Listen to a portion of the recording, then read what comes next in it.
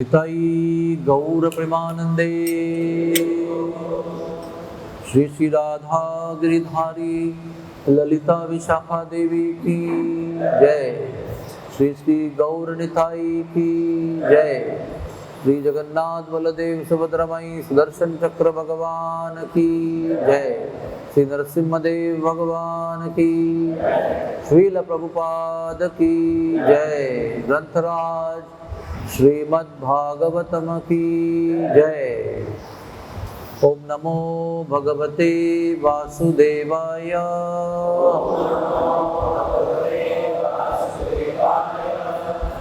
ओम नमो भगवते वासुदेवाय।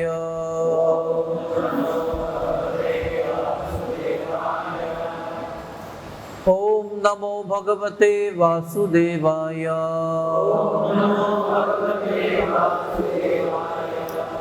नारायणं नमस्कृत्य नरं चैव नरोत्तमं देवीं सरस्वतीं व्यासं ततो जयमुदीरये।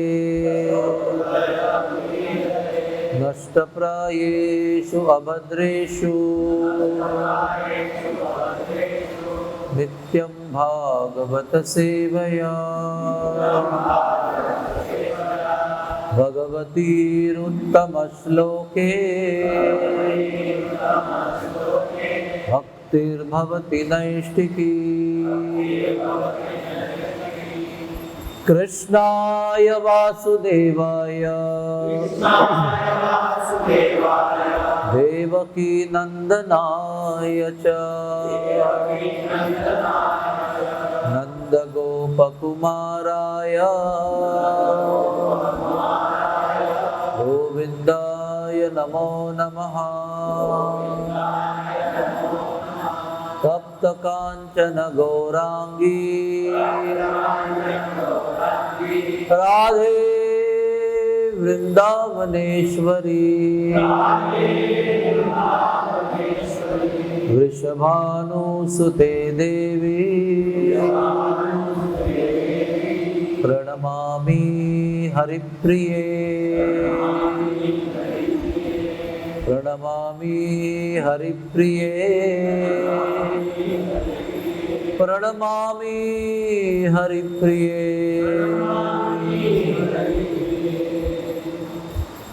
हरे कृष्णा। तो आप सबका आज के रविवार के इस भागवतम सत्र में स्वागत है। हरे कृष्णा।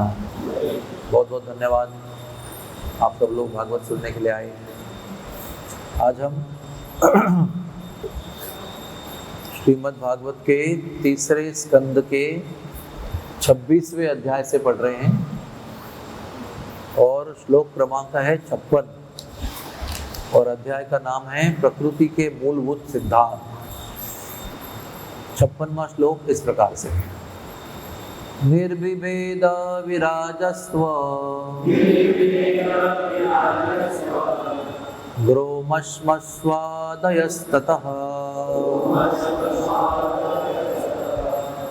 तत्औषधयश्च शास्नी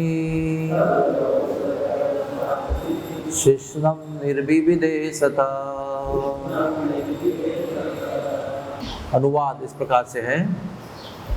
तब भगवान के विराट रूप विराट पुरुष ने अपनी त्वचा प्रकट की और उस पर केश, मूछ तथा दाढ़ी निकल आए। तत्पश्चात सारी जड़ी बूटियां प्रकट हुई और उसके बाद जननेंद्रिय भी प्रकट हुई। तात्पर्य में श्रील प्रभुपाद लिखते हैं, त्वचा स्पर्श की अनुभूति का स्थान है, अर्थात त्वचा पर हमें स्पर्श का ज्ञान होता है। जो देवता जड़ी बूटियों के उत्पादन का नियंत्रण करते हैं वही देवता इस त्वचा की भी अधिष्ठाता है। दोबारा बताता हूँ।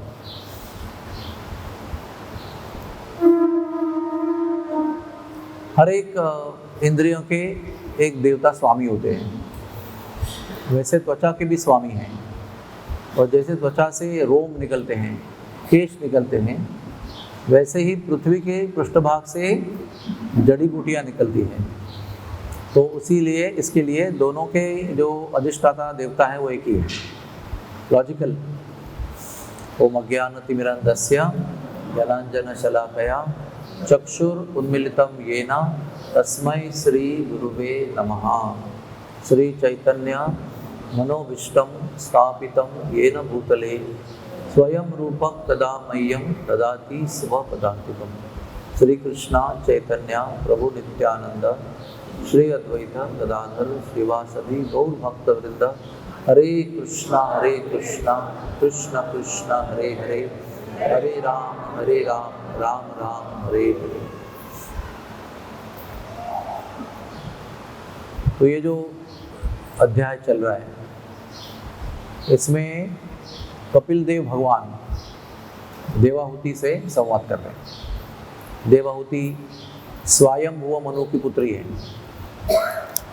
और उसका विवाह कर्दम मुनि से हुआ है, और उनके द्वारा उन्हें कपिल देव भगवान पुत्र के रूप में प्राप्त हुए।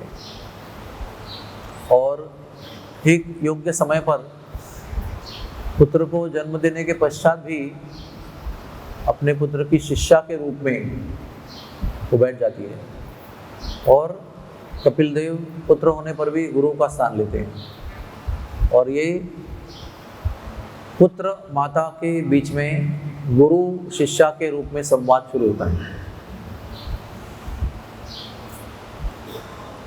ये केवल आध्यात्मिक स्तर पर ही हो सकता है। इस विश्व में हमारे बीच में असंभव नहीं है, लेकिन कठिन बहुत है। क्योंकि अगर मैंने किसी को जन्म दिया है तो पहले मैं क्या बोलता हूँ, तू मुझे क्या सिखाएगा, तुझे तो मैंने क्या क्या नहीं किया है ये नंगा घूमते हुए देखा है, टट्टी पेशाब निकाला है, इतना सा था उतना सा बड़ा किया है, तू मुझे समझाएगा। यहीं से हमारा संवाद आरंभ होता है। अगर कभी पुत्र पिता को कुछ सलाह देता है तो भी पिता का रिस्पॉन्स ये ऐसा होता है, और अगर कोई पुत्री माता को कुछ कहती है तो माता का भी रिस्पॉन्स ऐसा ही होता है। क्योंकि हम सब लोग ना अपने शरीर से बंधे हैं। मैं अभी पिता के शरीर में हूँ, पहले मनुष्य के शरीर में हूँ, फिर पुरुष शरीर में हूँ, और पिता के शरीर में हूँ। इसके लिए मैं पिता हूँ, और मैं स्त्री के शरीर में हूँ, माता के शरीर में हूँ, इस व्यक्ति के लिए मैं माता हूँ। ये हमारी पहचान इतनी गहरी है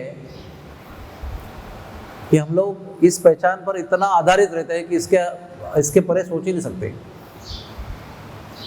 लेकिन देवहूति इसीलिए महान है। देवहूति का वंश जो है ना, हम लोग विचार नहीं कर सकते। श्राद्ध देव मनु, जिसको ही कहा गया है स्वयंभुव मनु। स्वयंभू ब्रह्मा जी हैं, और स्वयंभुव मनु सबसे पहले मनु है 14 मनु में से। तो वो पृथ्वी के सबसे पहले नागरिक है, first citizen of the earth, और उसकी ये पुत्री है। कितना श्रेष्ठ पोजीशन है उसका, कितना बैकग्राउंड, उसका पार्श्वभूमि कितनी मजबूत है। इसे कहते हैं ना कि अच्छे, धनवान, उच्च विद्या विभूषित, ब्राह्मण कुल के, ऐसे पूरे हर प्रकार के श्रेष्ठत्व का नतीजा है कि वो उसकी कन्या है। उसकी 2 बार उसने अपनी महानता प्रकट की है। केवल कुल के हिसाब से नहीं कि मैं बड़े घर की बेटी हूँ, ये उसकी महिमा नहीं है। कि हम लोग समझते हैं उसकी महिमा है, लेकिन ये उसकी वास्तविक महिमा नहीं है। उसकी वास्तविक महिमा क्या है कि सबसे पहले इतनी बड़ी कुल कन्या होने पर भी उसने एक जंगल के फकीर के साथ विवाह किया। बाह्य दृष्टि से कुछ भी नहीं है, ना धन है, ना घर है, ना कोई संपत्ति है, ना कोई अधिकार है, ना कोई भी पहचान नहीं उसकी वर्ल्ड में। लेकिन संतों के आदेश के अनुसार पिता ने उसका विवाह उस महान संत से किया जो आध्यात्मिक दृष्टि से बहुत श्रेष्ठ थे। और इस लड़की ने कभी तर्क नहीं किया पिताजी के साथ। क्या पिताजी आप इतने बड़े राजा, मैं इतनी बड़ी राजकन्या, तो इतना बड़ा मैंने कभी ज़मीन पर कदम भी रखा नहीं, हमेशा मखमल पे चली मैं, ऐसा मेरा पालन पोषण हुआ है, इतने मैं श्रेष्ठ कुल की आपकी कन्या हूँ, और आप मुझे कम से कम आपके बराबर के किसी के साथ विवाह कर लेते। लेकिन वो भी बहुत आध्यात्मिक दृष्टया उन्नत थी, इसलिए सबसे पहले उसका चमत्कार, उसकी महानता यह है कि उसने अपने भौतिक स्थिति के बिल्कुल विपरीत ऐसे स्थिति वाले पुरुष के साथ विवाह किया और कभी कंप्लेंट नहीं किया। हाँ पिताजी, मैंने तो आपकी बात मान ली और विवाह में कर लिया, अभी मुझे बहुत कष्ट है, यहाँ पर कुछ भी नहीं मिल रहा है, ना मेरे सौंदर्य को संवारने के लिए दासियाँ हैं यहाँ पर, ना सुगंधी द्रव्य है, ना शरीर को मसाज करने के लिए कोई दासियाँ हैं, ना अच्छा भोजन है, ना रहने के लिए कुछ है, चप्पल भी नहीं है पहनने के लिए। पिताजी आपने कैसे अवस्था में डाला है, मैं बहुत कष्ट में हूँ। ऐसे कभी कंप्लेंट नहीं किया, लगातार सेवा करती रही उनकी। और जब वो अपना तपस्या का कार्य पूर्ण करके आंखें खोली तब पूछा तुम कौन हो, मतलब पहचान भी भूल गए थे, तो बोली मैं आपकी पत्नी हूँ। सोचो आप, अपना परिचय याद दिला दिया उनको। फिर क्या चाहती हो, संतान चाहती हूँ, 9 कन्याएं दी, जाने लगे। तो बोले अभी इनका विवाह कौन करेगा, तो ब्रह्मा जी ने विवाह कर लिया। फिर वापस आ गए, फिर ऐसा पुत्र दिया जो स्वयं भगवान आए, उनके शक्ति से, उनके ओज से, उनके तेज से स्वयं भगवान ने देवाहुति के गर्भ में जन्म लिया। ये देवाहुति की महानता का प्रमाण है।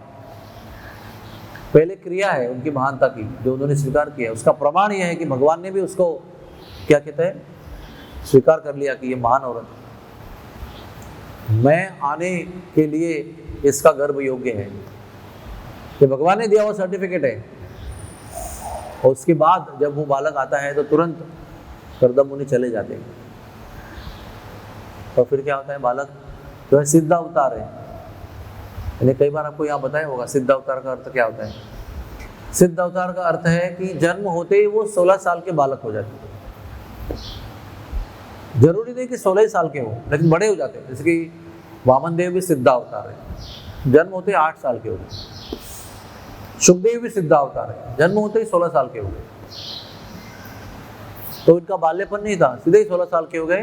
वो देखते ही तुरंत करदम मुनि चले गए। और फिर दूसरी महानता देवहूति की यह है कि वो अपने पुत्र के चरणों में शिष्या के रूप में बैठी।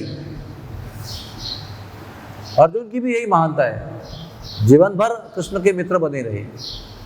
लेकिन जब जीवन का बांका प्रसंग आया तो अर्जुन ने कहा शिष्यस्ते हम स्यादि माम त्वाम प्रपन्नम, अभी दोस्ती वस्ती छोड़ो, शिष्य बना लो, उपदेश करो, मेरे लिए क्या अच्छा है, ये समझ में नहीं आ रहा है कुछ, कोई दोस्ती से बात करके फायदा नहीं होने वाला है कुछ। तो वो अर्जुन की महानता है। उन्होंने मित्रत्व, समत्व जो है ना, समानता, वो छोड़कर निचला स्थान स्वीकार किया। जब कोई व्यक्ति निचला स्थान स्वीकार करता है तभी उसको ज्ञान की प्राप्ति होती है। इसलिए कथा में भी देखो आप, मैं महान नहीं हूँ लेकिन मैं व्यासपीठ पे बैठा हूँ, और व्यासपीठ ऊंचा है आपके इधर, आपके ये जमीन के दर से व्यासपीठ ऊंचा है। तो सामान्य स्तर पर भी यही सच है। स्कूल में भी विद्यार्थी जो है वो शिक्षक खड़े होकर पढ़ा सकते हैं, लेकिन शिक्षक की कद ऊंची होती है और विद्यार्थी नीचे होते हैं।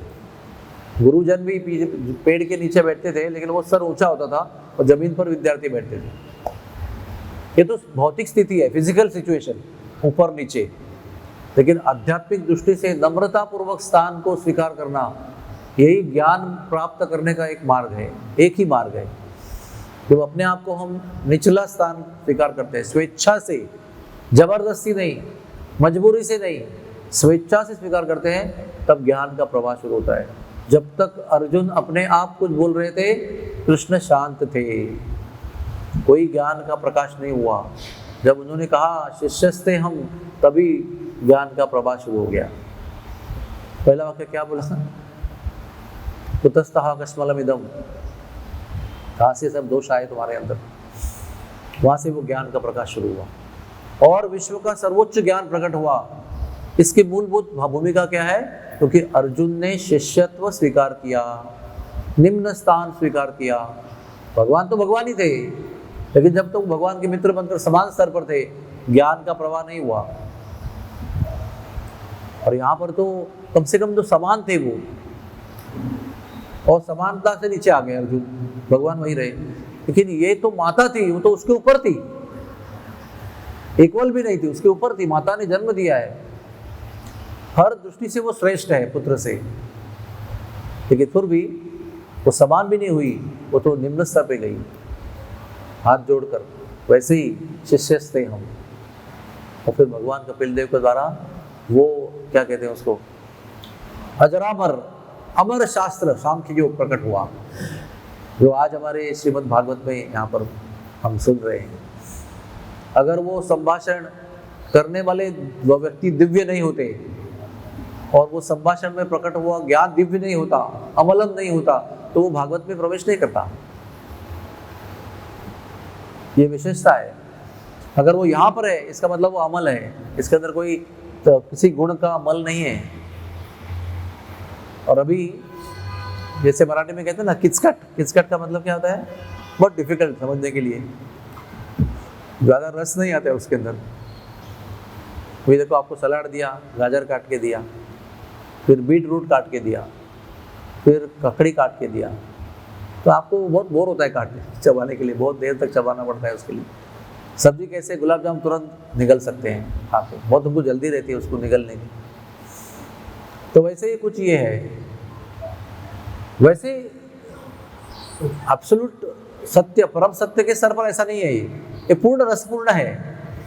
लेकिन क्योंकि हम लोग बद्ध अवस्था में हैं, इसलिए तीसरा स्कंद पांचवा स्कंद पढ़ते समय लगता है अरे बाप रे कब समाप्त होगा, कब मैं छठे स्कंद की अजामिल की कथा सुनूंगा, कब मैं सातवें स्कंद की प्रहलाद नरसिंह कथा सुनूंगा, कब मैं आठवें स्कंद की बलि वामन और गजेंद्र की कथा सुनूंगा, ऐसा लगता है हमें। कब ये पहाड़ तीसरे स्कंद का पांचवें स्कंद का पार करूंगा। लेकिन आपने कोई देखा है क्या कि परीक्षित महाराज बोल रहे हैं, महाराज जी, सुखदेव महाराज जी, देखो समय बहुत कम है, आपको लगता नहीं कि आप बहुत टाइम पास कर रहे हैं, इतना लंबा वर्णन दे रहे हैं, थोड़ा संक्षेप में करो ना, इसको रस वाला है उसको भी विस्तार में वर्णन करो, थोड़ा उसको जरा जल्दी जल्दी करो। नहीं, ध्यान से सुन रहे हैं। हो सकता है कि ये दूसरा दिन की शुरुआत होगी, 24 घंटे बीतने के बाद तीसरा स्कंद समझो, 2 स्कंद एक दिन में, ऐसे मैं अंदाज से बोल रहा हूँ। उनको भी पता है, वो भी काउंटडाउन चालू हो गया उनका, 7 दिन का काउंटडाउन चालू है। 7 दिन के बाद कुछ भी नहीं, आप बोलो मत बोलो, आपका अधूरा रहेगा, पूरा हो जाएगा, जल्दी समाप्त होगा, कुछ भी 7 दिन का फिक्स टाइम है। तो मैं ये आपको बताना चाहता हूँ कि ये पढ़ने में और समझने में बहुत कष्ट वाला हो सकता है, लेकिन ये बहुत रोचक है। कैसे भगवान ने सृष्टि का निर्माण किया, कैसे कैसे ये हुआ। हाँ, अभी हमारे साइंटिस्ट लोग तथाकथित चंद्र पर चले गए, कितने सालों से, 30 साल से वो उनका चल रहा है मेहनत, चंद्रयान 1 चंद्रयान 2, इसके पीछे कितना साइंस है। हम लोगों को वो उड़ गया और कहाँ गया, जहाँ कहीं पहुँच गया तो पूरा देश ने सलामी दिया उसको, तो उसका फल है। लेकिन जो बनाने की प्रक्रिया अगर आप समझाने को चाहेंगे कि चंद्रयान ऐसे काम करता है, तो सब बोलेंगे बस बस बस, हमको उधर टीवी पे देखना है कहाँ जा रहा है। क्योंकि वो कष्ट वाली बात है ना, वो बहुत कठिन चीज़ है वो समझने के लिए। और हमको लगता है कि समझने की जरूरत क्या है, हम तो पहुंचा हुआ देख रहे हैं, हमारे लिए उतना काफी है। वैसे लग सकता है कि ठीक है पृथ्वी का निर्माण हुआ ना, सब लोग हम लोग आ गए ना इसमें, वो ठीक है, बाकी जरूरत नहीं। लेकिन परीक्षित महाराज बड़े ध्यान से सुन रहे हैं, क्योंकि जिस व्यक्ति की आगे जाकर वो लीला सुनने वाले हैं, उसी व्यक्ति की ये भी लीला है। उस व्यक्ति की निर्माण लीला अगर सुनेंगे तो उनकी वो लीला समझ में आएगी। अगर ये निर्माण लीला की उनकी महानता समझ में नहीं आएगी, तो वो व्यक्ति जब भी माखन चुराएगा तो वो साधारण लगेगी। अरे क्या है, बालक सब लोग चोरी करते हैं, इसमें क्या है, हमने भी बचपन में लड्डू चुरा के खाए थे, तो क्या बड़ी बात है। तो कृष्ण कौन सी बड़ी बात कर रहे हैं। लेकिन ये कृष्ण वो है तो सभी सृष्टि के निर्माण करता है, पूरा रोम रोम कण कण सृष्टि का इन्होंने निर्माण किया है। और इसकी इतनी बड़ी तकनीक है, देखो आपको संक्षेप में बताते हैं। वो कृष्ण भगवान बलराम में अवतरित होते हैं, बलराम जी फिर संकर्षण में अवतरित होते हैं, चतुर्व्यूह, ये भी एक एक विषय है पूरा, क्या क्या होता है उस स्तर पे। एक लीला के लिए है, एक निर्माण के लिए है, एक माधुर्य में है, एक ऐश्वर्य में है, उसके बाद चतुर्व्यूह वो निर्माण के लिए है, उसके बाद संकर्षण नंबर 2 निर्माण होते हैं, उसके बाद नारायण निर्माण होते हैं। और ये नारायण जो व्यक्ति है वो पूरे वैकुंठों का संचालन करते हैं, उनके द्वारा वो अनेक अनेक वैकुंठवासी विष्णु निर्माण होते हैं, और एक एक विष्णु एक एक वैकुंठ का संचालन करते हैं। और इसी नारायण से इतने विष्णु आध्यात्मिक जगत के वैकुंठों का निर्माण करने के लिए और संचालन करने के लिए निर्माण होते हैं। उन्हीं से एक व्यक्ति निर्माण होते हैं, कारण उदकशाही विष्णु, और वो पूरे मटेरियल वर्ल्ड के इंचार्ज, जिसको जनरली कहा गया है कि वो अगर 3/4 है तो एक चौथाई है। हाँ, वो पौना है तो ये पाव है, लेकिन वो पाव भी अनंत है और वो पौना भी अनंत है। तो इस भौतिक जगत में अभी हमने आध्यात्मिक जगत निर्माण का इतना वर्णन नहीं किया, बट यहाँ पर कैसा है, वो कारण सागर विष्णु है ना, उनके ये जो छिद्र है ना शरीर के, जहाँ से हमारा पसीना निकलता है, उसमें से ब्रह्मांड निकलते हैं बीज के रूप में, और निकलते हैं हर एक रूम से और विकसित होते हैं और ब्रह्मांड का निर्माण होता है। और अभी एक ब्रह्मांड आप पकड़िए अपने मन में, एक बीज निकालिए, एक बीज का ब्रह्मांड बन गया है। वो ब्रह्मांड अगर वो कहते हैं वो ब्रह्मांड जो है ना वो 14 भुवन वाला बना है, और वो विराट पुरुष का शरीर है, ये समझना बहुत जरूरी है। वो 14 भुवन जो है ना, ब्रह्मा लोक से लेकर रसातल तक, ये शीश से लेकर कदम है उनके, बीच में पृथ्वी है। ये पूरे विराट स्वरूप का प्रत्यक्ष रूप है, इसमें केवल शक्ति वक्ति कुछ नहीं है। ये शक्ति के द्वारा व्यक्ति निर्माण होते हैं, शक्ति व्यक्ति की निर्माण है, व्यक्ति की क्या कहते हैं उसको, क्रिएशन है। शक्ति अपने आप में कुछ नहीं है, व्यक्ति है इसलिए उसकी शक्ति है, इससे शक्ति को महत्व है। तो वो जो विराट रूप है, आप सोच सकते हैं एक पूरा दिव्य पुरुष है, उसका शरीर है विराट, उसके एक एक अंग से एक एक वस्तु निर्माण हुई है। देखो मैं आपको संक्षेप में बताता हूँ, ये सब जो पूरा निर्माण है ना वो 24 तत्वों से बना है। मोटे मोटे हिसाब से देखा जाए तो उसमें 5 महाभूत, पृथ्वी आप तेज जल वायु, तो 5 महाभूत हैं, उनके द्वारा निर्माण हुए 5 इंद्रिय हैं, ज्ञानेंद्रिय, और 5 कर्मेंद्रिय, कितने हो गए, 15 हो गए ना। 5 ज्ञानेंद्रिय के 5 विषय है, शब्द रूप रसगंध, 5 विषय है उनके, कितने हो गए, 20। और उसमें आगे 3 है, मन बुद्धि अहंकार, कितने हो गए, 23। और महत्तत्व जो अंधकार है, वो बादल के नीचे महत्तत्व, वो 24वां है। और ये 24 तत्वों से ये पूरा हमारा भौतिक विश्व बना हुआ है।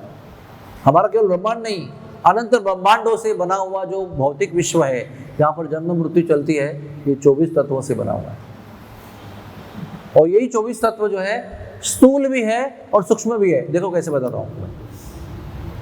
पृथ्वी बहुत स्थूल है, तो पृथ्वी से क्या निर्माण होता है, नाक, और नाक से हम क्या करते हैं, सूंघते हैं, गंध, है ना।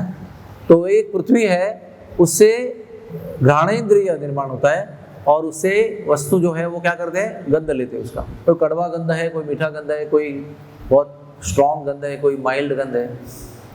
तो उसके बाद में उससे सूक्ष्म, पृथ्वी से सूक्ष्म क्या है, जल। जल से क्या निर्माण होता है, स्वाद। पहले निर्माण होती है जिह्वा, वो जल से बनी हुई है, और उस जल से हम स्वाद लेते हैं, कोई मीठा, कोई कड़वा, 6 प्रकार के स्वाद है, वो उस इंद्रिय के बारे से हम ले सकते हैं। हम ही नहीं, पक्षी हो, जानवर हो, घोड़ा हो, बैल हो, मनुष्य हो, सब उस जिह्वा से स्वाद लेते हैं। इसके बाद उसकी सूक्ष्म जो है वो अग्नि है। जल को पकड़ सकते हैं, अग्नि को पकड़ नहीं सकते, चुल्लू में ले सकते नहीं। उस अग्नि से रूप निर्माण होता है, और रूप के पहले नेत्र निर्माण होते हैं। ये नेत्र से आकार का ज्ञान होता है, इसलिए उसको आकार को कहते हैं रूप। तो रूप का ज्ञान जो है नेत्र से होता है। नेत्र से हम किसी का रूप देख सकते हैं, मोटा है, छोटा है, बड़ा है, लंबा है, तो वो होता है अग्नि से। फिर वायु उससे भी सूक्ष्म है, वो दिखती भी नहीं है। अग्नि दिखता है लेकिन वायु दिखती नहीं। वायु को परिणाम दिखते हैं कि भाई पत्ते हिल रहे हैं, हमारे कपड़े उड़ रहे हैं। तो वायु से क्या निर्माण होता है? त्वचा। और त्वचा से हम क्या समझते हैं? स्पर्श, टच। टच जो है, स्पर्श, वो त्वचा से माध्यम से हम जान सकते हैं कि भाई ये गर्म है, कि चिमटा निकल रहा है, कि सुई लगा रहा है, कि अग्नि लगा रहा है। इसका जो अलग अलग अनुभव है ना, tactile discrimination and tactile location, कहाँ पर हो रहा है शरीर में स्पर्श, और विविधता क्या है उसके अंदर। एक जगह पर गर्म लग रहा है, एक जगह ठंडा लग रहा है, ऐसा मेडिकल में टेस्ट करते हैं। तो विविधता भी पता चलती है, और कहाँ लगाया वो पता चलती है, पीठ पर लगाया है, अपने उंगली पर लगाया है। तो ये वायु से होता है। वायु से स्पर्श का इंद्रिय निर्माण होता है, त्वचा, और वायु से होता है निर्माण स्पर्श का ज्ञान। और सबसे जो सूक्ष्म है वो है अवकाश, यानी स्पेस। और उससे क्या निर्माण होता है? शब्द। और शब्द किससे सुनते हैं? कान से। तो कान भी उससे निर्माण होता है। और मैंने आपको उल्टे क्रम से बताया, लेकिन होता है, मैंने बताया उल्टे क्रम से। सबसे पहले आकाश तत्व से शब्द निर्माण होता है जो कान से सुना जाता है। उसके बाद में वायु से त्वचा निर्माण होती है और स्पर्श का ज्ञान होता है। उसके बाद में अग्नि निर्माण होता है, उससे रूप का ज्ञान होता है, नेत्र निर्माण होते हैं। उसके बाद में जल का निर्माण होता है, और उसके बाद में स्वाद आता है जिह्वा के माध्यम से, और लास्ट में पृथ्वी के माध्यम से क्या होता है? नाक और गंध निर्माण होता है। वही 5 वस्तुएं हैं, उसी से ब्रह्मांड बन रहे हैं, और वही विशिष्ट रूप में आकर कान, नाक, त्वचा, जिह्वा बन जाते हैं। और ये सारे विराट पुरुष के शरीर के अंग हैं। और इसके बाद में प्रथम एक होता है प्रथम निर्माण, यानी सर्ग, और दूसरा है विसर्ग। ये जो बीज से निकाल दिया ना पूरा ब्रह्मांड, वहां तक कहते हैं सर्ग। त्वचा से निकल गया, विकसित हो गया, ब्रह्मांड निर्माण हो गया, लोक भी निर्माण हो गया। मतलब एक ढांचा तैयार होगा अपना, होता है ना आरसीसी का कैसा होता है, ढांचा बन गया। अभी उसको ब्रिक वर्क करना है, उसको पेंट करना है, उसको प्लास्टर करना है, उसके अंदर सामान रखना है, बिजली का कनेक्शन लाना है, पानी लाना है, वो सब बाद में होता है। ढांचा बनने का काम उसको सर्ग कहते हैं। ये सर्ग वाला काम जो है वो महाविष्णु करते हैं, कारण उदकशाही विष्णु। और उसके बाद में ब्रह्मा को टेक ओवर करते हैं। ब्रह्मा जी का निर्माण होता है। ब्रह्मा जी को निर्माण करने के बाद में आगे का काम उनको सौंपा जाता है। ब्रह्मा जी इसके आगे का काम आपको करना है, उसको कहते हैं उपसर्ग, सेकेंडरी क्रिएशन, द्वितीय दर्जे का निर्माण। और उसके बाद वो ब्रह्मा जो है वो परम इंजीनियर है।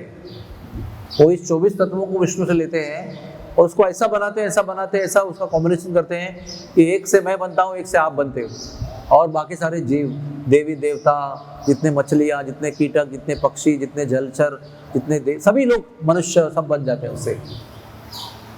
सभी के अंदर 5 ही तत्व है, 5 इंद्रियां हैं, 5 गंध है, सब विषय सब कुछ सेम है, लेकिन हर एक व्यक्ति फिर भी अलग है। और फिर एक बार पूरा निर्माण हो गया, पूरे जीवों की सृष्टि निर्माण हो गई, वो भी बड़ा साइंस है उसका। प्रजापति, उसमें दक्ष प्रजापति, उसमें कश्यप मुनि, उसमें क्या कितने बड़े बड़े लोग हैं उसके अंदर। उनके द्वारा एक पत्नी के साथ में जन्म दिया तो पक्षी निर्माण हो गए, एक पत्नी के साथ में संबंध किया तो सांप निर्माण हो गए, एक के साथ जन्म दिया तो दैत्य निर्माण हो गए, एक के साथ जन्म दिया तो दानव निर्माण हो गए, एक के साथ में निर्माण तो देवता निर्माण हो गए। ऐसे पूरे विशाल निर्माण का कार्य हो रहा है। उसके पीछे भी गड़बड़ हो रहा है। दक्ष ने कुछ गड़बड़ किया, अपराध किया तो उसमें भी शाप हो गए। कितना कॉम्प्लिकेटेड प्रोसीजर है। और ये सब किसके लिए है? एक बार ये सब निर्माण हो गया, फिर आता है आपके कर्मों का हिसाब। ओके, इस व्यक्ति के कितने अच्छे कर्म हैं, कितने बुरे कर्म हैं, कितनी अतृप्त इच्छाएं हैं, कितनी आध्यात्मिक इच्छाएं हैं। ये 4 चीजें हैं, ध्यान रखना, ये 4 चीजें बहुत इंपॉर्टेंट है। पुण्य कर्म, पाप कर्म, अतृप्त इच्छाएं और आध्यात्मिक स्थिति। ये 4 चीजों पर हमारा जीवन चल रहा है और हमारा जीवन का मार्ग भी निश्चित होता है कि ये व्यक्ति कहाँ जाएगा। जैसे हम लोग मीरा रोड में आ गए, कोई अभी अमेरिका में गया है, कोई दिल्ली में बैठा है। ये सब कौन तय करता है कि हमारा जन्म कौन सी जगह पे होगा? ये 4 चीज तय करते हैं। दोबारा बताता हूँ, पुण्य कर्म, पाप कर्म, अपूरी अधूरी इच्छाएं, तो पूर्ण करने की इच्छा है उस जीव को, और उसकी आध्यात्मिक स्थिति होगी नहीं होगी, जितनी भी होगी वो जो भी है। और फिर इसका संचालन कौन करता है? बहुत सारे देवता है। एक देवता का ग्रुप है वो पुण्य कर्म का अच्छा फल देता है, दूसरे देवता का ग्रुप है जो पाप कर्मों का दंड देता है। और पाप और पुण्य के हिसाब से कौन सी इच्छा पूर्ण हो सकती है, वो कोई और देवता देखते हैं। हो सकता है हर एक व्यक्ति यहाँ बैठा हुआ सोच सकता है कि मैं तो प्रधानमंत्री बनूंगा, लेकिन तय कौन करता है कि कौन बनेगा? वो देवता बैठे हुए हैं वहाँ पर, फिर ग्रह तारे भी बैठे हुए हैं, वो भी अपना अपना काम कर रहे हैं, सबको काम बांट के दिया है। तो एक होता है निर्माण और एक होता है निर्माण के अधीन कार्य जो चलने वाला है, एनाटॉमी एंड फिजियोलॉजी। एक होता है निर्माण, ऐसे बना दिया मंदिर, अभी मंदिर में आरती हो रही है, पूजा हो रही है, लाइट लगाई है, लोग नाच रहे हैं, हाँ प्रवचन दे रहे हैं, सुन रहे हैं, ये है गतिविधि। एक है निर्माण कार्य, एक है गतिविधि, और निर्माण के बाद में गतिविधि देखनी पड़ती है, उसके लिए भी लोग इंचार्ज है। उसके बाद भी जन्म मृत्यु को देखना है, तो मृत्यु को देवता भी है, तो कभी किसको उठाना है वो तय करते हैं। तो टाइम प्लीज नहीं होता है उसके अंदर, समय आ गया तो उठना है, हाँ कौन कब कैसे उठेगा कोई नहीं कह सकता। अभी मैं सोच रहा था, इतना बड़ा प्रपंच भगवान ने किया है, इतना बड़ा प्रपंच, मैं तो संक्षेप में बताया आपको, समझ में आया ऐसा बता दिया, बहुत विस्तार में इसके अंदर। एक जल, हाँ एक जल के बाद में स्वाद और जिह्वा, और उसके बाद में कार्य क्या क्या है, इसमें दो श्लोक है।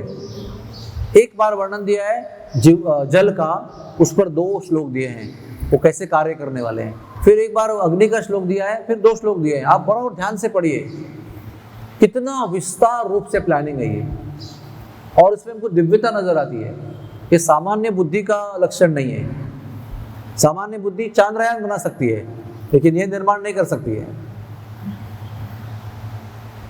अभी विचार कीजिए, ये सब इतना भगवान क्यों कष्ट कर रहे हैं? ये अगर समझ में आए ना, तो ये निर्माण लीला भी सफल हो गई हमारी।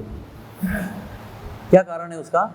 इसका कारण हमारी वो इच्छाएं जो भगवान को छोड़कर हमने की है, भगवान को बाजू में रखकर जो हमने अपनी स्वतंत्र भौतिक इच्छाओं को निर्माण किया है, उसके कारण से भगवान इतना बड़ा कार्य कर रहे हैं। इसमें क्या है, विशेषता क्या है इसकी? देखो मैं ना मुझे बहुत ही वो क्या कहते हैं, रस है फोटोग्राफी में, हाँ। और मैं सदैव ना प्रकृति को देखते रहता हूँ, आकाश में, बाहर, सब जगह मेरी नज़र घूमती रहती है, और वो सुंदरता को मैं हमेशा ग्रहण करने का प्रयत्न करते रहता हूँ, और उसको फोटोग्राफ में भी उठाने का प्रयत्न करता हूँ। लेकिन मुझे एक बात ध्यान में आई है कि सब जो मैंने देखा, अरे कितना अच्छा सीन है, मैं भाग के कैमरा लेके आता हूँ, तब तक वो बदली हो जाता है। अभी सूरज दिखाई पड़ रहा है, जब तक कैमरा उठा के चालू कर तब तक वो सूरज बादल के पीछे छुप जाता है, फिर कुछ देर का बाहर आता है, फिर नया सीन, फिर नया सीन। अनंत ऐसे करोड़ों करोड़ों अब्जों सुंदर सुंदर सुंदर स्थितियां निर्माण होती है, लेकिन वो कुछ क्षण के लिए रहती है। दोबारा उसी समय, उसी जगह पर, उसी स्थान में वो सीन आपको नहीं मिलेगा, दूसरा मिलेगा। बहुत विविधता है उसके अंदर, लेकिन सारी सुंदरता जो है वो क्षणिक है, वो परमानेंट नहीं है। आपके फोटो में परमानेंट हो गई वो, लेकिन फोटो में भी मेरा ये अनुभव है कि वो जो क्या कहते हैं सौंदर्य जो है ना, तो मैं पकड़ता हूँ फोटो में, वो फोटोग्राफ और कैमरा केवल 20% ही पकड़ता है। हमारी आंखें जो देख रही है वो कैमरा में पकड़ नहीं सकता है, इतना सौंदर्य है। लेकिन सबसे बड़ी दुख की बात यह है कि वो सब टेम्पररी है, सब समाप्त होने वाला है। आप 1 साल के बाद वापस हिमालय चले जाओ, वहाँ की भी स्थिति आपको बदली हुई मिलेगी, और फिर बदलते हुए सीन मिलेंगे रोज के रोज, और आप लेते जाओगे, फिर भी वो बदलता ही रहेगा। और बदलते हुए चीज़ों में आत्मा को शांति प्राप्त नहीं होती। आत्मा को शाश्वत चीज़ों में शांति प्राप्त होती है। आत्मा स्थिर हो जाती है जब शाश्वत वस्तु उसको प्राप्त होती है। इसलिए मन 50 चीज़ों में भागता है, लेकिन स्थिर उसमें होता है जो शाश्वत है। अभी मन बोलेगा मुझे गुलाब जामुन खाना है, अब बोलेगा मुझे अच्छा शर्ट खरीदना है, अब बोलेगा कि मुझे लंदन जाना है, अब बोलेगा मुझे अच्छी नौकरी करनी है, इसे छोड़ देना है, अब कहेगा मुझे विवाह करना है, अब कहेगा मुझे बच्चा चाहिए। मन 50 विषयों में अपने आप को लगाएगा, लेकिन किसी भी विषय में मन स्थिर नहीं होगा, क्योंकि किसी भी उस वस्तुओं से मन को शांति प्राप्त नहीं होती है, समाधान, परिपूर्णता प्राप्त नहीं होती है। और जब मन को कृष्ण मिल जाते हैं, क्योंकि मन के लिए वास्तविक विषय कृष्ण है, और जब उसमें मन रमता है तो फिर उसको और कुछ चीज अच्छी लगती नहीं है। अगर मन गुलाब जामुन में गया, कुछ समय के बाद हटेगा वहां से और कपड़े पर जाएगा, फिर विवाह पर जाएगा, फिर बालक पे जाएगा, और किसी भी वस्तु में टिकेगा नहीं। वहां से भी थोड़ा सा रस लेगा, जैसे फुलपाखरू कैसे होता है, तितली कैसे होती है, वो बटरफ्लाई, यहाँ पे गया थोड़ा हनी ले लिया, उधर गया थोड़ा हनी ले लिया, लेकिन एक ही जगह बैठकर 8 घंटे वो फुलपाखरू कभी हनी लेता है क्या? कभी देखा है आपने? एक वो जो तितली तो ना बटरफ्लाई, वो एक ही फूल पे आज बैठी है, एक चुन लिया उसने, सुबह से लेकर शाम तक उसको चूस लिया और घर चली गई। ऐसा होता है क्या? क्योंकि एक फूल में उसका तृप्ति नहीं होती है, वो 50 फूलों में जाएगी, अलग अलग मधु ले लेगी, फिर भी संतुष्ट नहीं होगी, फिर भी घूमती रहेगी कॉन्स्टेंटली। वैसे ही मन अगर उसके चहेते करोड़ों विषयों में जाएगा, फिर भी कुछ समय के बाद में वो छोड़ के चला जाएगा। बच्चा भी ऐसे होता है, एक खिलौना पकड़ लिया नया, फिर उसको फेंक दिया, फिर दूसरा ले लिया, कितना भी चमकता हो, कितना भी नया हो। इसलिए मन को स्थिर करने की जगह है भगवान। भगवान में जब मन लगता है, क्योंकि भगवान मन का विषय है, इसलिए उस विषय में मन स्थिर हो सकता है। अगर भगवान में स्थिर हो गया तो और कहीं नहीं भागेगा, और क्योंकि वो भगवान में स्थिर नहीं है, इसलिए भगवान पूरा इतना निर्माण का ब्लूप्रिंट बना रहे हैं। कितनी मेहनत कर रहे हैं भगवान, हम लोग भगवान को कितनी मेहनत करा रहे हैं। हमको आप नहीं चाहिए, आपके अलावा कुछ है क्या प्रोडक्ट, तो भगवान बना रहे हैं आपके लिए। इतना सारा देखो, तीसरा स्कंद पूरा उसमें डेडिकेट कर दिया है, पूरा तीसरा स्कंद हमारे लिए क्या व्यवस्था है उसकी डिस्क्रिप्शन है ये पूरा। और अगर हम समझ जाते हैं कि अगर हम अच्छे होते और भगवान को नहीं छोड़ते, तो भगवान को जरूरत क्या है बनाने की। लेकिन भगवान भी जानते हैं कि हर समय पे 2 प्रकार के लोग होंगे, एक मुझे चाहने वाले और मुझे न चाहते हुए किसी और को चाहने वाले। और हम लोग में दुर्भाग्य से, हम लोग सॉरी टू से, हम लोग सब उस कैटेगरी में हैं। हमको कुछ भगवान चाहिए, पर बहुत कुछ बाहर की चीज़ चाहिए। हाँ, सुबह ही आज एक मॉर्निंग क्लास में प्रश्न हुआ कि हम जब अपना ड्यूटी करते हैं ना, तो कितना मन लगा के करते हैं। पैसा कमाने का काम करते हैं तो कितना दिल से करते हैं। चाहे सुबह भी कॉल आएगा ना 5 बजे बिजनेस का, तो भी अटेंड करते हैं, अरे तुरंत। रात को भी आएगा, नींद से उठ के बिजनेस कॉल अटेंड करते हैं। लेकिन आपको बोलेंगे कि आज एकादशी का दिन है, सब भक्तों को 5:15 बजे रूम पे आना है जप करने के लिए, तो बोलते मैं कल बहुत थक गया था, बोलेगा बच्चा बीमार था, बोलेगा उसको बुखार आया था, तो रात को बहुत लेट हो गया था, ऑफिस में बहुत टाइम था, मैं 6:30 बजे आता हूँ। लेकिन अगर 5 बजे उतना सब थकने के बाद, बच्चे को बुखार आने के बाद में 5 बजे बिजनेस कॉल आता है, तो तुरंत अटेंड करेगा वो। फिर 5 बजे फ्लाइट पकड़नी है, 3 बजे उठ के 4 बजे एयरपोर्ट चला जाएगा। ऐसा क्यों? ऐसा प्रश्न आया था कि उन चीज़ों में बहुत रुचि है, और भगवान नाम को करने के बैठेंगे तो बिल्कुल मन नहीं लगता। कारण क्या है इसका प्रभु जी? कारण क्या है? मैंने कहा कि हमारा अभी तक भगवान में उतना मन ही लगा नहीं है ना। मन पूरा यहाँ बटा हुआ है और चाहते कुछ और है, तो नहीं हो सकता है। जब तक वो बटा हुआ मन हम लोग लेकर भगवान में नहीं डालेंगे, तब तक उनमें मन कैसे लगेगा? तो बीच में क्या आता है? बुद्धि। वो बुद्धि हमको सहायता करेगी। ठीक है भाई, बुद्धि का उपयोग करो, मन को समझाओ। हम लोग क्या करते हैं ना, दिल जो है ना, दिल हमारा हृदय जो है ना, वो भौतिक दुनिया को देते हैं और भगवान से दिमाग से पेश आते हैं। ऐसा क्यों? वो 7 बारी क्यों घुमाते हैं? ऐसा मूर्ति को इतना अच्छा श्रृंगार क्यों पहनाते हैं? ऐसा वो शिवलिंग पे दूध क्यों डालते हैं? वो गरीबों को क्यों नहीं देते? ये सारे बुद्धि के तर्क जो है ना, वो इस विषय में है। लेकिन जब कोई देश का प्रधानमंत्री हमारे देश में आता है, तो उसके एक दिन के भेंट के लिए करोड़ों रुपए खर्च करते हैं, कोई प्रश्न नहीं करता है। अरे एक इंसान आया वहां से, तो इतना करोड़ों रुपए रोड साफ करने के लिए, सिक्योरिटी के लिए इतना खर्च कर रहे हैं, कोई प्रश्न नहीं पूछता है। और हमारा टैक्स लेके इतना खर्च हो रहा है, हम लोग प्रश्न नहीं करते हैं। लेकिन भगवान के लिए इतना श्रृंगार क्यों कर रहे हैं? अरे 35 लाख का ड्रेस क्यों बनाया? 10 लाख का बना सकते हैं, 25 लाख लोगों की सेवा में दे सकते हैं।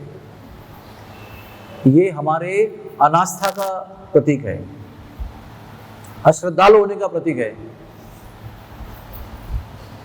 इसलिए हम लोग यहाँ आए हैं, इसीलिए हम लोग यहाँ तड़प रहे हैं। अगर हमारा मन हमने जो बांट दिया है 50 वस्तुओं में से, वो खींच कर अगर भगवान के चरणों में रखा ना, तो पहले सबसे पहले आपके जीवन में, हमारे जीवन में आनंद होगा। सबसे पहले सुख का अनुभव होगा, शांति सुकून का अनुभव होगा। उसके बाद आनंद की वृद्धि होगी। आनंदाम बुद्धिवर्धनम प्रतिपदम पूर्ण अमृत आस्वादनम, ये सब होता है। एक बार उस मन को तो अपने विषयों से निकाल लो बाहर, ऐसे फैला के सब विषय में घुस के बैठा हुआ है, उसको निकालो। ये सब करने की भगवान को कोई आवश्यकता नहीं है, लेकिन हम लोग उनको मजबूर बना देते हैं, क्योंकि वो बड़े प्रेमी हैं। और हमने वो बोल दिया ना, नहीं नहीं, हम आप कितना भी बोलो कि आप प्रेमी हो, हम पर प्रेम करते हो, मैं भी आप पर प्रेम करता हूँ, ये आप कितना भी बोलो, हमको नहीं रहना आपके साथ। तो फिर क्या करेंगे? क्योंकि वो दयालु है, प्रेम करने वाले हैं। वो अगर आप बोलते हो ना, पिताजी मैं आपके घर पे नहीं रहूंगा, आपका शासन मुझे पसंद नहीं है, I don't want to stay here, मैं बूट पॉलिश करूंगा स्टेशन पर, वहीं रहूंगा, फिर भी ना पिताजी जाकर कुछ रूम की व्यवस्था करेंगे आपके लिए। कुछ बीच में किसी को भेजेंगे, देखेंगे क्या चाहिए क्या नहीं चाहिए, अपना नाम नहीं लेंगे, लेकिन उसकी भेंट देंगे उसको, कभी ले लो, एक कपड़ा ले लो, एक कुछ खाने का वस्तु ले लो, एक लड्डू ले लो, मेरे घर में बने थे। लेकिन पिताजी अपना नाम लेता नहीं है कि मैंने भेजे हैं। इसको प्रेम कहते हैं।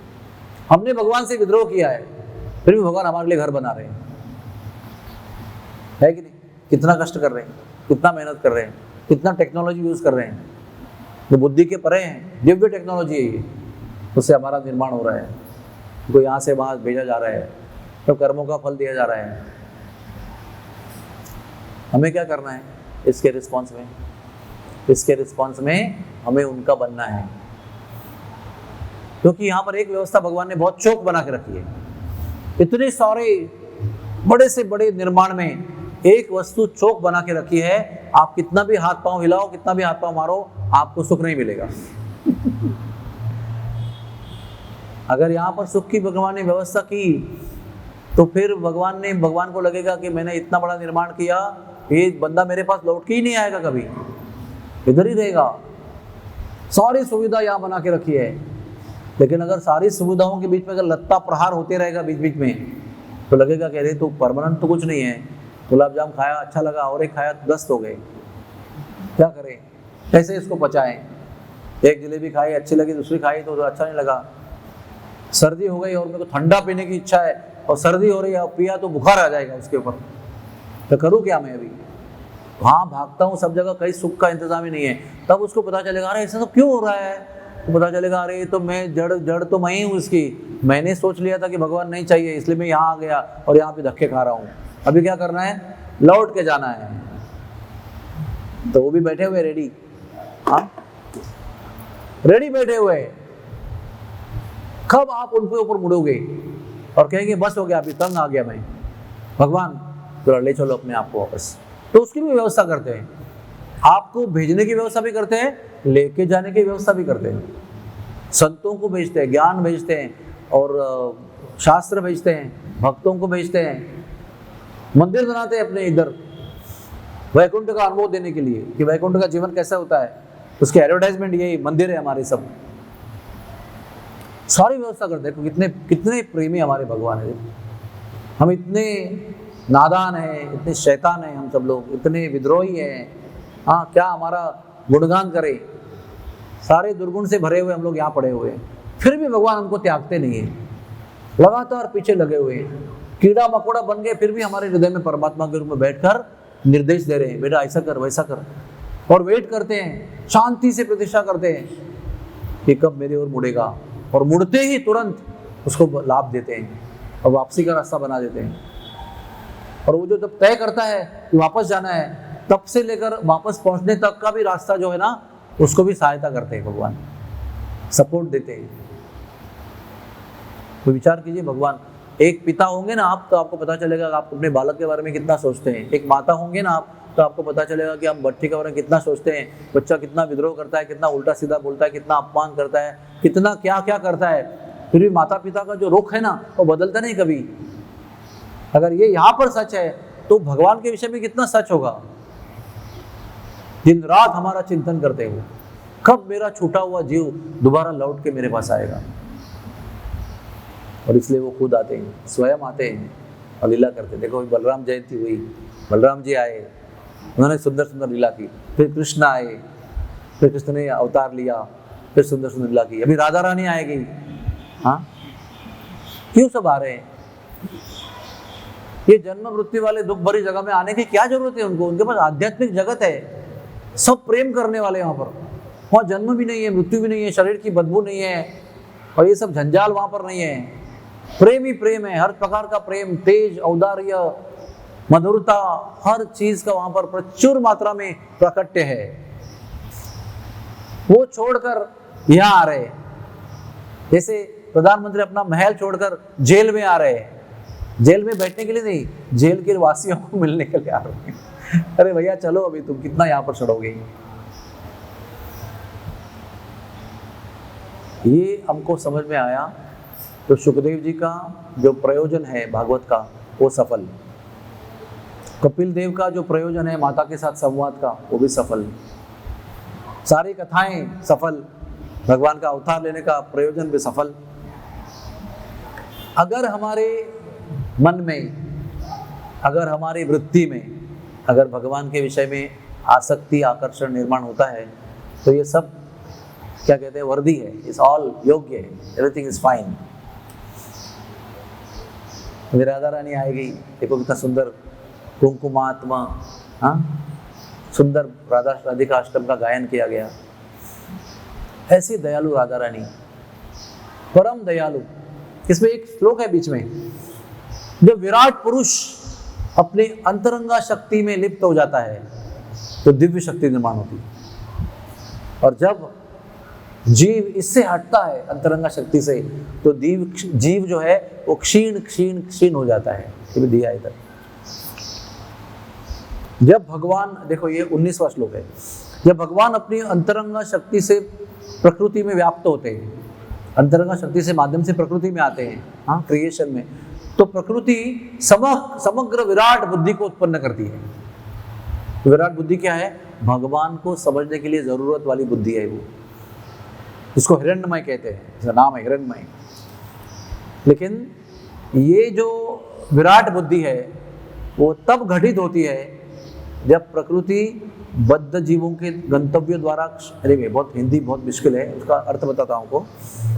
जब ये बद्ध जीव अपने लक्ष्यों के द्वारा, मतलब क्या चाहते हैं वो, उसको प्राप्त करने के लिए जब बहुत परेशान हो जाते हैं, क्षुब्ध यानी कि मतलब क्या, मुझे ये भी खानी है, तो इतना परेशान हो गया, मम्मी अभी चाहिए, तूने दे रही है, मैं होटल में खा रहा हूँ, पैसे दो, ऐसे दो, है ना, क्षुब्ध कहते हैं। क्षुब्ध यानी एकदम क्रोधित और परेशान, अभी के अभी चाहिए। जैसे भौतिक वस्तुओं के प्राप्ति के हेतु हम क्षुब्ध हो जाते हैं तो ये दिव्य विराट बुद्धि कमजोर हो जाती है। तो निर्माण कैसे किया भगवान ने उसको, दिव्य विराट बुद्धि को? जब भगवान अपने अंतरंगा शक्ति को प्रकृति में लगाते हैं तो विराट बुद्धि उत्पन्न होती है, लेकिन हमारी इच्छाओं की पूर्ति की जो कामना है, क्षुब्धता है, वो उसको नष्ट कर देती है। तो ये अंतरंगा शक्ति राधा रानी है। जब भगवान उसमें रममान करते हैं, रमण करते हैं, तो जीव का कल्याण हो जाता है।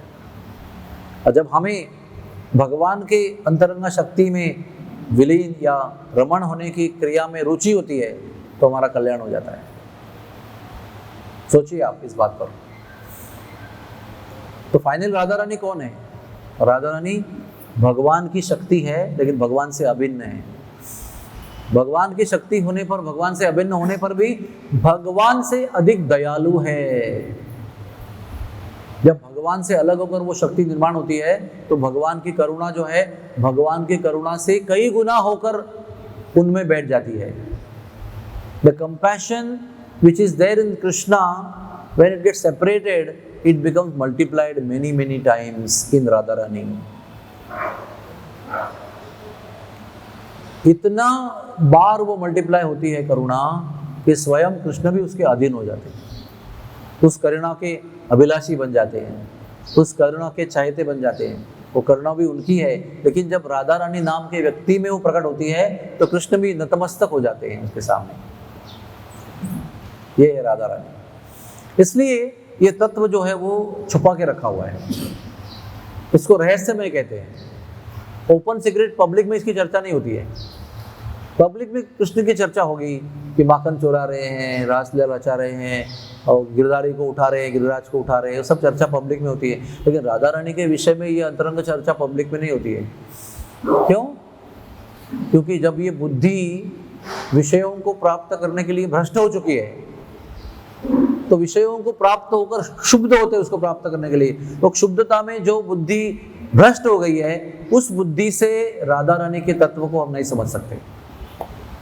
Not possible. जैसे पहली कक्षा का विद्यार्थी पीएचडी विषय को नहीं समझ सकता है, उसी प्रकार से राधा रानी का तत्व विषयों में लगा हुआ मन जो है वो नहीं समझ सकता है। तो क्या चांस है समझने का? एक ही चांस है, जब हम प्रामाणिक भक्तों की संतुष्टिजनक सेवा करेंगे तो हमें ऐसी बुद्धि, व्यवसायत्मिका बुद्धि, एके हम कुरु नंदना, ये प्राप्त होगी। तो उसका उत्तर भी मैंने यही दिया कि कैसे मन लगाएं भगवान के जप में। लगता ही नहीं है तो प्रामाणिक भक्तों की सेवा कीजिए। ये मत सोचिए कि ये 10 साल मेरे बाद में भक्त बना हुआ है, मेरा जूनियर है, मैंने इसको डिवोटी बनाया। हो सकता है, या तो मेरा मित्र है, तो हम साथ में पढ़ते थे, मस्ती करते थे, अभी बाद में भक्त बने। नहीं, हम लोग केवल सीनियर डिवोटी की सेवा करेंगे। नहीं, कोई भी डिवोटी हो, सीनियर हो, अपने जैसा हो या अपने से नया हो, सबकी हृदय से प्रामाणिकता से सेवा करके उनको प्रसन्न करना जब हम प्राप्त करते हैं तो हमें इसमें रुचि उत्पन्न होती है। तो ये रुचि जब मिलती है, बहुत दिव्य और बहुत दुर्लभ, तो राधा रानी के तत्व को कुछ समझ सकते हैं। जितनी वैष्णव सेवा होगी उतनी रुचि प्राप्त होगी, उतनी जानकारी इनके विषय में होती जाएगी। और लगातार सातत्य पूर्णता से वैष्णवों की प्रसन्नता के लिए उनकी सेवा करते रहेंगे तो और अधिक मात्रा में रुचि आसक्ति आएगी और हम अच्छी तरह से राधा रानी और कृष्ण भगवान के तत्व को समझ सकते हैं।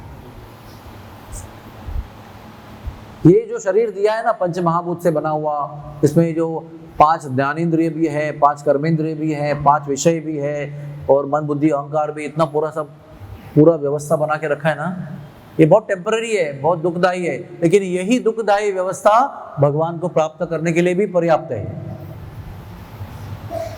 हमारे प्रयास को अपयश देकर दुख देने वाली व्यवस्था है ये, लेकिन हमारे प्रयास को भगवान को प्राप्ति करने का यश देने के लिए भी यही व्यवस्था है।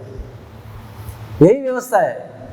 वही चाकू है जो सर्जन के पास है, उससे वो आपका अपेंडिक्स सड़ा हुआ निकाल के फेंक देगा, और वही चाकू डाकू के हाथ में जाएगा तो आपके पेट में घुसा के आपको मृत्यु की ओर ले जाएगा। गलत क्या है? वृत्ति। तो प्रवृत्ति जो है ना, वो उस चाकू को दुरुपयोग कराएगी, और प्रवृत्ति अच्छी होगी तो चाकू का सदुपयोग होगा। टमाटर काटेंगे, सब्जी काटेंगे, खाना बनेगा, भोजन मिलेगा, वही चाकू है वो। और गुस्सा आया तो उठाकर मार दिया तो मृत्यु हो जाएगी। तो ये व्यवस्था जो है ना, वो अच्छी या बुरी नहीं है। व्यवस्था अपनी जगह पर है, आप उसका उपयोग कैसे करते हो उस पर उसका परिणाम दिखता है। व्यवस्था परफेक्ट है भगवान की। व्यवस्था बनाई किस लिए है? हाँ, दुखालयम अशाश्वतम भी व्यवस्था है। बनाई किसके लिए है? कि इससे तंग आकर जब भगवान की ओर मुड़ोगे तो भगवान की प्राप्ति हो सकती है इसी माध्यम से। और उसका अगर सोचेंगे ये जिंदगी ना मिले दोबारा, है ना, एंजॉय, जानवर नहीं कर सकता है वैसे हम करेंगे। जानवर हाथ गाड़ी के नीचे सोता है, हम पलंग में सोएंगे। हाँ, ऑर्थोपेडिक पलंग लाएंगे, उसमें एयर कंडीशन लगाएंगे सबसे पावरफुल, उसमें एंजॉय करेंगे हम। लेकिन अधिकतर वो एयर कंडीशन ऑर्थोपेडिक फोम पे सोने वाला आदमी को नींद नहीं आती, और हथगाड़ी के नीचे कुत्ते को अच्छी नींद आती, बहुत सुबह फ्रेश होकर उठता है वो। ये आयरनी है, मतलब ये विरोधाभास है। तो कहने का तात्पर्य ये है कि व्यवस्था अपनी जगह पर परिपूर्ण है। हमारी चेतना बदलेगी ना तो इसकी परिपूर्णता आपको समझ में आएगी। When we become perfect in sadhu seva and in Harinam, that time we will understand how perfect is the arrangement here to take us back home, back to Godhead. इसलिए इस दुनिया में दोष मत देखो, इस दुनिया को निर्माण करने वाले की परिपूर्णता को देखो। इसलिए इसको पढ़ो और समझो कितनी मेहनत की गई है, और इस मेहनत का परिणाम एक ही होना चाहिए कि हम उनकी ओर आकर्षित हो जाएं, उनकी परिपूर्णता को उसमें देखें, समझें, उसमें अपना हृदय लगाएं। तो ये सारा निर्माण परिपूर्ण है, परिपूर्ण ही है, हमको समझ में भी आएगा कि ये परिपूर्ण है। हरे कृष्णा कृष्ण कृष्ण हरे हरे, हरे राम राम राम हरे हरे। देखो केक बनता है ना, केक, तो वो केक जब बेक होता है ना तो बड़ी सुंदर खुशबू आती है। अगर हम गुजरते होते तो बोलते थे बेकरी के पास से जा रहे हैं, बहुत सुंदर खुशबू आ रही है। उसके बाद में ना उस केक को ठंडा करते हैं और उस पर क्रीम लगाते हैं, क्या कहते हैं उसको, आइसिंग। और आइसिंग करने के बाद में उस पर वो क्या, वो कौन सा होता है फल, वो कीवी उसके टुकड़े लगाते हैं। कभी आम के सीजन में आम के लगाते हैं, कभी चेरी लगाते हैं। आपके मुंह में पानी आ रहा है क्या? ये सब बनाते हैं। तो वो चेरी और जो वो फल के टुकड़े, वो क्या है, केक जो है ना वो हमारा भक्ति का जीवन है, साधारण व्यवस्था है। और जो चेरी और फल लगाए ना वो इनका अवतार है और लीला है उनकी। राधाष्टमी, जन्माष्टमी, ये आते हैं इस विश्व में और उस पर 4 चांद लगा देते हैं। और वो हमको, हमारा ध्यान अगर वहां पर अटकेगा ना तो हमारा कल्याण निश्चित है। अगर हम बोलेंगे अरे क्या बकवास करते हैं, बच्चों को रिझाने के लिए कहानी बनाई है कि वो ऐसे प्रकट हुए जेल में और वहाँ से जमुना को छेद करके वह गोकुल में चले गए, सब बकवास है। अरे बाद में बोलते हैं उसने वो गिरिराज को उठा लिया 7 साल के बालक ने, सब क्या आप लोगों को बुद्धि कुछ है कि नहीं? ऐसी भागड़ कथाओं को सुनते रहते हैं हम। इसके बदले में अगर ध्यान से सुनेंगे तो हमको समझ में आएगा जिन्होंने इतना कॉम्प्लिकेटेड वर्ल्ड को निर्माण किया है वो पहाड़ को भी उठा सकते हैं। उनको पहाड़ को उठाने की जरूरत क्या है? जो अनंत पहाड़ जिस पृथ्वी पर है उसको बिना कुछ पकड़े हुए वो तैरा रहे हैं आकाश में। इतना समझ में आया ना तो भी काफी है। जो पृथ्वी पे ऐसे आल्प्स और ऐसे कितने बड़े बड़े हिमालय जैसे पर्वत है, एक नहीं अनंत रेंज है, वो सब उसके ऊपर है और वो उसको पकड़ा, उसको जो धारण करने वाली पृथ्वी है वो आकाश में तैर रही है। किधर कौन पकड़ा उसको? भगवान गए थे कैसा पकड़ने के लिए? उसको नहीं पकड़े। तो वो अगर उसको तैरा सकते हैं तो वो एक उसके ऊपर का एक पहाड़ उठाने में क्या बड़ी बात है? थोड़ा सोचो लॉजिकली। हमने किसको कभी सूर्य को पेमेंट दिया है क्या? सनराइज, सनलाइट, हीट का पेमेंट दिया है, बिल भरा है कभी? जो हमने बनाया है बिजली उसका बिल भर रहे हैं, लेकिन भगवान कोई पानी का पैसा देते हैं क्या आपको? मांगते हैं बिल। हवा दे रहे, प्राण वायु दे रहे, कभी उसका बिल मांग रहे? रोज फ्री में हवा लेते हैं हम लोग। अच्छा है गवर्नमेंट अभी तक हवा को टैक्स नहीं लगा रहे, वो इंसान लगाता है टैक्स उसके ऊपर, भगवान की प्रॉपर्टी के ऊपर आपसे टैक्स लेता है। लेकिन भगवान ये सब कुछ दे रहे हैं आपको। कितना बैलेंस है सोसाइटी में, देखो प्रकृति में कितना बैलेंस है। समय पर बारिश होती है, समय पर वर्षा आती है, समय पर धूप आती है, समय पर खेत में जमीन से आप कुछ डालते हो उसका अनाज बनता है, खाने के लिए योग्य सब्जी बनती है, फल आते हैं। ये चमत्कार नहीं तो क्या है बताओ? आप ये अपनी टाइल लगा दिया, इसके ऊपर डालो बीज, कोई आएगा पौधा उसके ऊपर, लेकिन पृथ्वी पर डालो उसके अंदर सब फल आएंगे, फूल आएंगे, भोजन आएगा। पकाने की विधि भी दी है, अग्नि भी दिया है, बर्तन भी दिया है, सब कुछ दिया आपको। कितना आनंद का साधन बना के रखा है भगवान ने। इतना सब चमत्कार किया है तो वो व्यक्ति एक और चमत्कार करेंगे तो हम प्रश्न पूछते हैं, अरे ऐसे कैसे उठा लिया? इतने चमत्कार तो आपके आंखों के सामने हो रहे कि नहीं हो रहे? आकाश में देखो जरा, हर समय बदलता हुआ सीन है। ये कौन चित्रकार है, ये कौन चित्रकार है, कविता लिखते लोग, तो ये सोचते नहीं है कि वो चित्रकार इतना महान है, वो पहाड़ को उठा सकता है, माखन चोरी भी कर सकता है, रासलीला भी कर सकता है, आपको और हमको वापस भी ले जा सकता है अगर चाहे तो। लेकिन हम अपना बुद्धि से तर्क और प्रश्न ही करते रहेंगे। अरे करते रहो और यहीं रहो, बार बार आते रहो, धक्के खाते रहो और प्रश्न भी पूछते रहो, कुछ फर्क नहीं पड़ने वाला है। लेकिन जिन्होंने गंभीरता से लिया है उनको फर्क पड़ेगा और वो भगवान के पास लौट जाएंगे। दोबारा प्रश्न करने के लौट के नहीं आएंगे, दोबारा लौट के नहीं आएंगे और ना आने की जरूरत है यहाँ पर। बस एक बार उनको यस सर बोलो, यस सर, जो आप कहेंगे वैसे करेंगे, सारा आगे का रास्ता सिधर जाएगा आपका। Thank you very much. हरे कृष्णा। वो 2 लाफा मारने के योग्य होगा तो लाफा मार के रखेंगे वो, लेकिन हमारे घर पे भी ऐसा हुआ है। जब वो 2 लाफा मारने का था तो पिताजी ने लाफा देख के घर पे रखा उसको, लेकिन थोड़ा बड़ा होने के बाद बोला आपका लाफा नहीं मार सकते मुझे, आप, मैं जा रहा हूँ, और गया मेरा भाई निकल के घर से। हो जा रहा है आपको? एक व्यक्ति जब स्वतंत्र हो जाता है ना युवा अवस्था में, तो पिताजी को भी हाथ दिखा सकता है वो। क्या समझते हैं आप? बचपन नहीं अभी मारने के लिए, ऐसा पकड़ता है हाथ। कितनी कहानी बताऊं आपको। यहाँ पर होता है ना ऐसे, थोड़ा बच्चा जवान हो गया, थोड़ा सा शरीर में मांस आ गया, शक्ति आ गई, तो पिताजी का हाथ भी पकड़ता है। देखो पिताजी आपका भी हाथ ही पकड़ा है, आगे कुछ भी कर सकता हूँ। क्या बोलेगा ऐसे बालक को? जाओ जो करना है करो। यही स्थिति है। और भगवान कैसे ना, भगवान हमारे स्वतंत्रता को छेड़ते नहीं कभी। वो आपको जो चाहे करो आप, क्योंकि वो प्रेम के मुख है ना। वो अभी जबरदस्ती किससे प्रेम करा सकते हैं क्या? प्रेम तो हृदय से होता है, और वो हृदय से प्रेम चाहते हैं, इसलिए बोल रहे तुमको नहीं करना है, जाओ। जब आपको टाइम आएगा मेरे याद करो, मैं आ जाऊंगा तुरंत लेने के लिए, तब मैं पुराना किंतु परंतु मन में रखूंगा नहीं। ये उनकी मानता है। अगर मेरा बच्चा मेरा अपमान करता है ना तो मैं याद रखूंगा। समझता क्या है ये? उसको बचपन से मैंने बड़ा करके इतना पढ़ाया लिखाया, इतना सब कुछ सुविधा दे दिया, रात दिन जाग के हमने अपना नींद हराम करके, अपनी सुविधाओं को हराम करके इसको बड़ा किया। अभी हमको दादागिरी कर रहा है, जाओ जहाँ जाना है चले जाओ, दोबारा मुंह में दिखाना, आज से तुम मेरे लिए मर गए। ऐसे हम कह सकते हैं, और कहते भी है, लेकिन भगवान नहीं कहते ऐसे।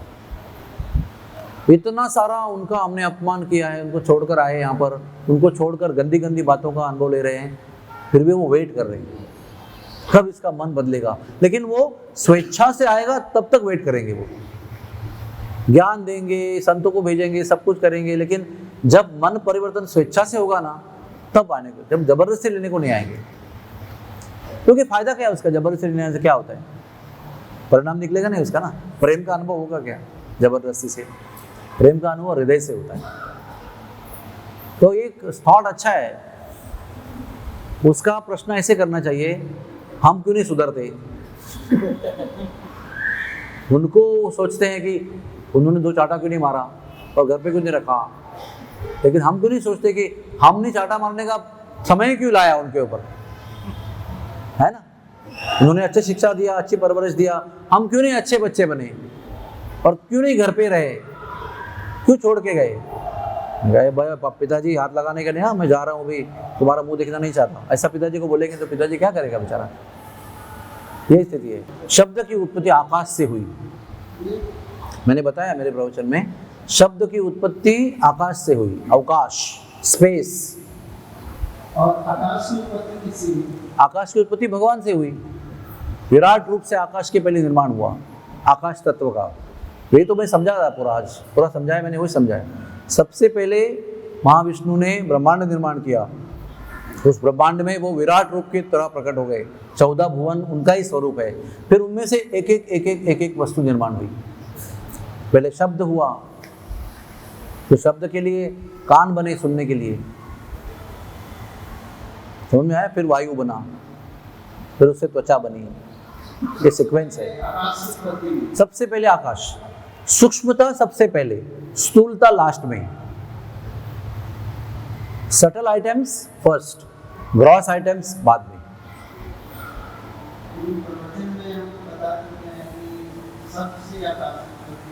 प्रभु जी सत्य क्या है? वो सत्य उसी व्यक्ति का अंग है ना, सच्चिदानंद उसी व्यक्तित्व का अंग है। आप यहाँ से बताओ या यहाँ से बताओ? शब्द से आकाश को सत्य बताया। क्या कहें अभी? देखो भगवान का जो व्यक्तित्व है ना, वो सत चित आनंद से बना हुआ है। और भौतिक जगत का निर्माण जो है ना बहुत कॉम्प्लिकेटेड है। इसलिए कंफ्यूजन सहज है, it's possible to be confused. मैं आपको इतना ही बताना चाहूँगा, समझो जो आप कह रहे हैं वो सत्य है, और जो मैं कह रहा हूँ वो सत्य नहीं है, या मैं कह रहा हूँ सत्य है, आपका सत्य नहीं है। लेकिन दोनों ही स्थिति में वो शब्द जो भगवान के नाम से प्रकट, नाम के रूप में प्रकट हुआ है, शब्द, उनको हमको जप करना है। मोस्ट इम्पॉर्टेंट बात वो है, हाँ, कि नदी में हम कैसे गिरे, सागर में कैसे गिरे और डूब कैसे रहे हैं, पहले बताओ, फिर हम लोग रस्सी पकड़ेंगे। उससे अच्छा हम लोग पहले वो रस्सी जो आई है उसको पकड़ के बोट पे चले जाएं, अपनी ज़िंदगी को बचाएं, फिर आगे की चर्चा करें मैं गिरा कैसे। उसी प्रकार से ये निर्माण का जो लीला है ना, वो एक दृष्टि से उतना महत्वपूर्ण नहीं है जितना भगवान का नाम का जप, उनकी कथा अवतार लेने के बाद। समझो आपको समझ में नहीं आया ना, okay, it is all right, और आपको भगवान की लीला के प्रति आकर्षण हुआ, भगवान के नाम के ध्वनि के प्रति आकर्षण हुआ, तो इसका सारा पर्पज ही फुलफिल हो गया। आपको समझ में आया मैं क्या बोल रहा हूँ? फाइनली जो निर्माण हुआ है शब्द, और वो शब्द बाद में आकर भगवान के नाम के रूप में प्रकट हुआ है, उस शब्द को हम स्वीकार करेंगे, उसका उच्चारण करेंगे, सब सफल हो गया अपना, सब सफल हो गया। और ये भी बात सत्य है कि सत्य जो है ना, भगवान का जो सत्व है उसमें से ध्वनि निर्माण हुआ, ये भी बात सत्य है। ये सब इंटर रिलेटेड है, अवकाश तत्व और शब्द तत्व, ये इनका निर्माण, इनका अस्तित्व इंटर रिलेटेड है। अच्छा लग रहा था बहुत, राधिका रानी का सवन हो रहा है, आपको वेट करना पड़ा। वेट करने के लिए कोई प्रॉब्लम नहीं है। अरे राधा रानी का गुणगान हो रहा है तो वेट करने का क्या इम्पोर्टेंट, कुछ प्रॉब्लम नहीं है।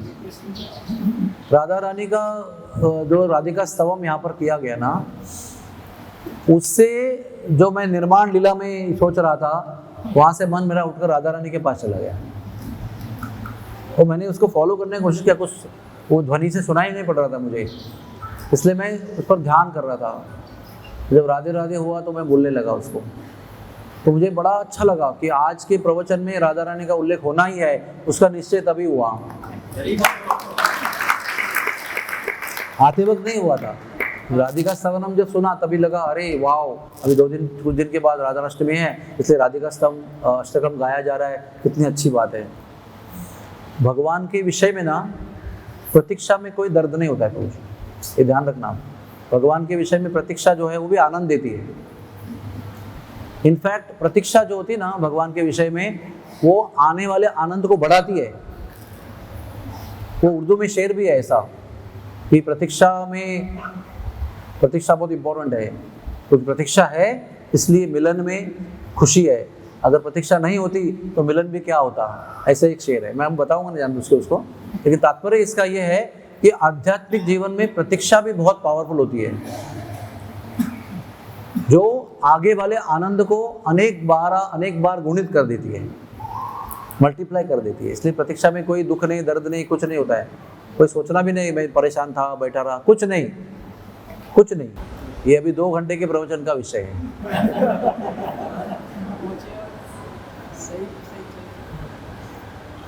प्रभुपाद के भाषण प्रवचन के अनुसार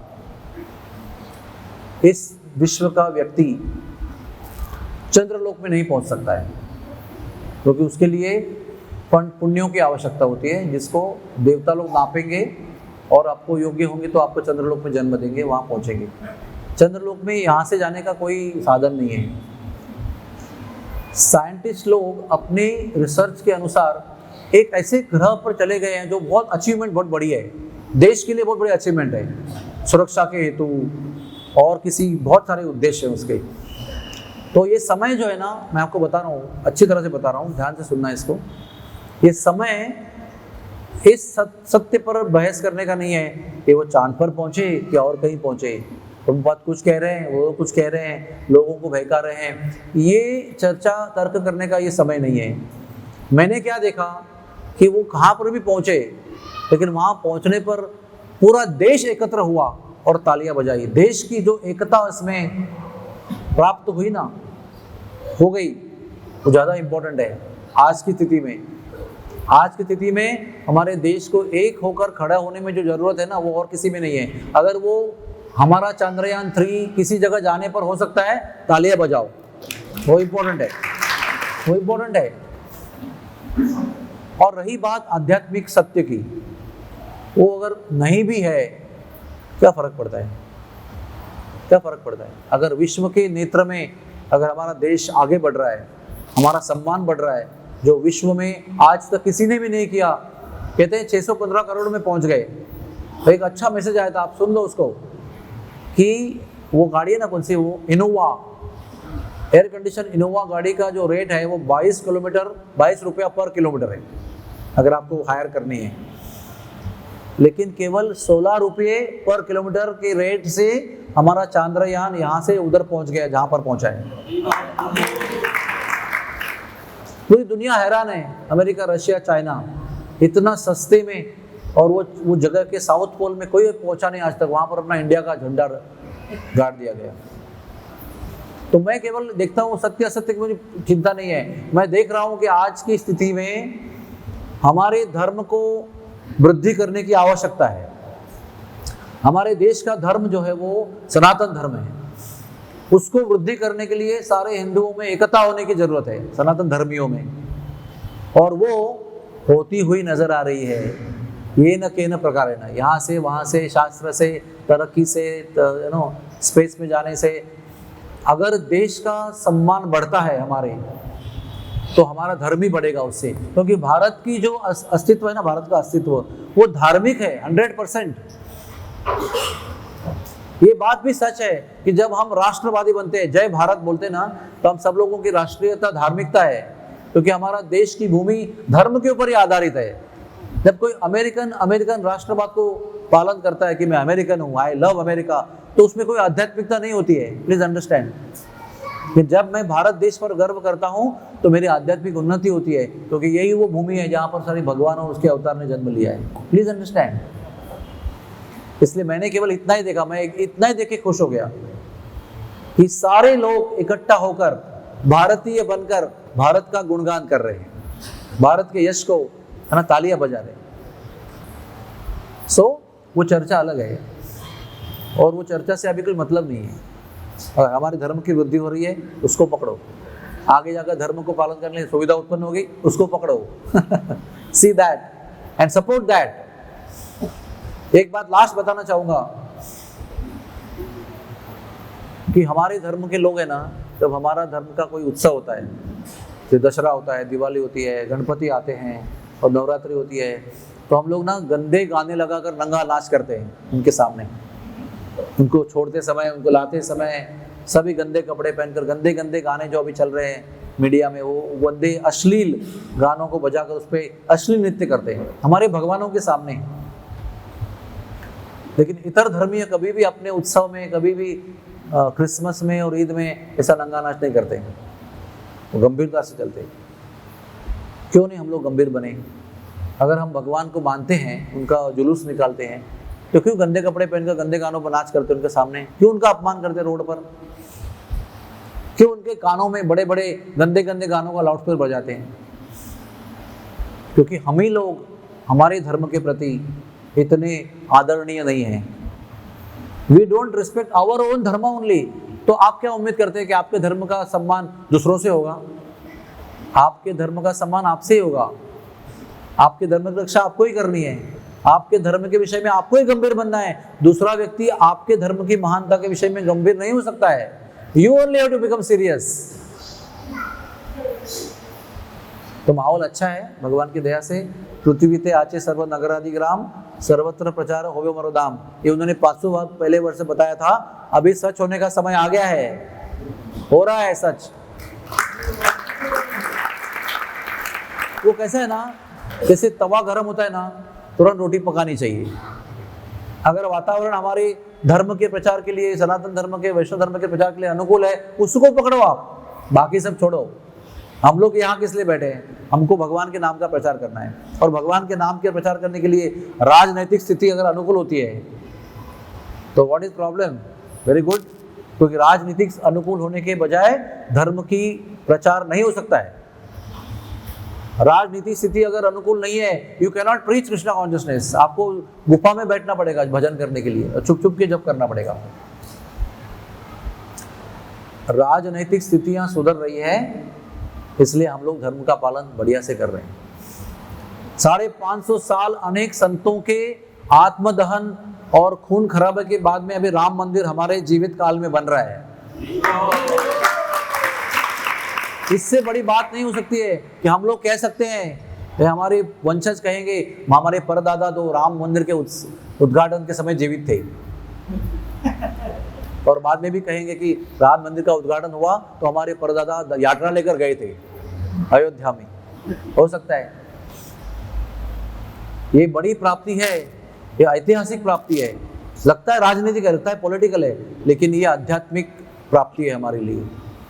वो राम मंदिर ऐसे बनाया गया है, 10,000 साल तक वैसे रहेगा वो। चैतन्य महाप्रभु के सुवर्ण काल तक वैसे रहेगा वो, और राम नाम का प्रचार होगा उससे। हर प्रकार के प्रचार के लिए सुविधा बना के रखी है उसके अंदर, अत्याधुनिक, तांत्रिक, डिजिटल सब बना के रखा है। क्यों बना के रखा है? क्यों बन रहा है? भगवान की इच्छा से, हमारे आपके आध्यात्मिक उन्नति के लिए बना के रखे हैं। सब जगह पर हमारे धार्मिक स्थानों को वृद्धि दी जा रही है। एक एक करके जो गवर्नमेंट का कंट्रोल था, बड़े बड़े मंदिरों से निकालकर उनको मंदिर के पास दिया गया है। अनंत पद्मनाभ मंदिर और कई मंदिरों के जो गवर्नमेंट लूट रही थी उनके पैसे को, अभी वो हमारे धर्म के लिए खर्च होंगे। तो कहते हैं राजनीति से बड़ा उपाय नहीं है धर्म प्रचार के लिए, इसलिए राजाश्रय भी बहुत आवश्यक है। इनका संपर्क भी होना, उनके अनुकूल हमारा काम करवा के लेना, संतों ने अपना काम करवा लेना चाहिए। इसलिए सारे संत आशीर्वाद दे रहे हैं। तो पिछले सारे इतने गवर्नमेंट इतने साल तक धर्म को अनुकूलता निर्माण नहीं कर पाए। संत लोग दबे हुए थे बेचारे, क्योंकि पावर नहीं उनके अंदर, तो ब्राह्मण वर्ग है। आज सारे संत जो है मिलकर आशीर्वाद दे रहे हैं, और संतों का आशीर्वाद, संतों की प्रसन्नता धर्म की वृद्धि करेगी निश्चित रूप से। हमें क्या करना है वो करेंगे, उनकी ताली बज रही है उनके लिए। हमें अपनी तरफ से अपने बस में कितना है उतना धर्म की रक्षा करनी है, और जितना गंभीरता बनाना मुमकिन है उतना बना के रखिए। बोलिए लोगों को, वर्गणी दे रहे हमसे आप, वो नंगा नाच मत करो, देवता का आदर करो। गणेश जी बड़े प्रधान देवता हैं, देवी बड़ी प्रधान देवता है, सूर्य नारायण बड़े प्रधान देवता है, पृथ्वी बड़ी प्रधान देवता है। इसके आधार पर हम जी रहे हैं, पर सम्मान रखना बहुत आवश्यक है। एक पेड़ लगाना भी भगवान की भक्ति है। क्यों? क्योंकि वो पृथ्वी को प्रोत्साहन दे रही है, पृथ्वी के कार्य को सहायता कर रही है। इसलिए कह रहे हैं, शास्त्र में लिखा है, एक पेड़ लगाना, उस पेड़ को अच्छी तरह से बढ़ाना, ये भगवान की सेवा है। हर कार्य हमारे जीवन में भगवान की सेवा बन सकती है, अगर हमारी चेतना सही है, अगर ये प्रवृत्ति हमारी सही है, तो आपने किया हुआ हर कार्य भगवान की सेवा बन सकता है। हरे Krishna. Thank you very much. जय जय श्री राधे श्याम। अरे और एक प्रश्न है, ये भारतीय विदेशी, ये कोई चर्चा की आवश्यकता नहीं है। भक्ति का जो मौका है वो सबको उपलब्ध है, भारतीय को उपलब्ध है, विदेशी को उपलब्ध है। जो लाभ लेगा वो सिकंदर बन जाएगा जो लाभ लेगा वो यशस्वी हो जाएगा। तो हमको सोचना ये है कि अगर विदेशी व्यक्ति और अनेक विदेशी व्यक्ति हजारों संख्या में अभी भक्त बनकर गुरु बने हुए हैं, तो हम भी शुद्ध भक्ति कर सकते हैं ना। मैसेज ये है उसके लिए। अभी 25 साल के भक्ति करने के बाद कौन झूठ बोल रहा है उसकी चर्चा करने की आवश्यकता नहीं है।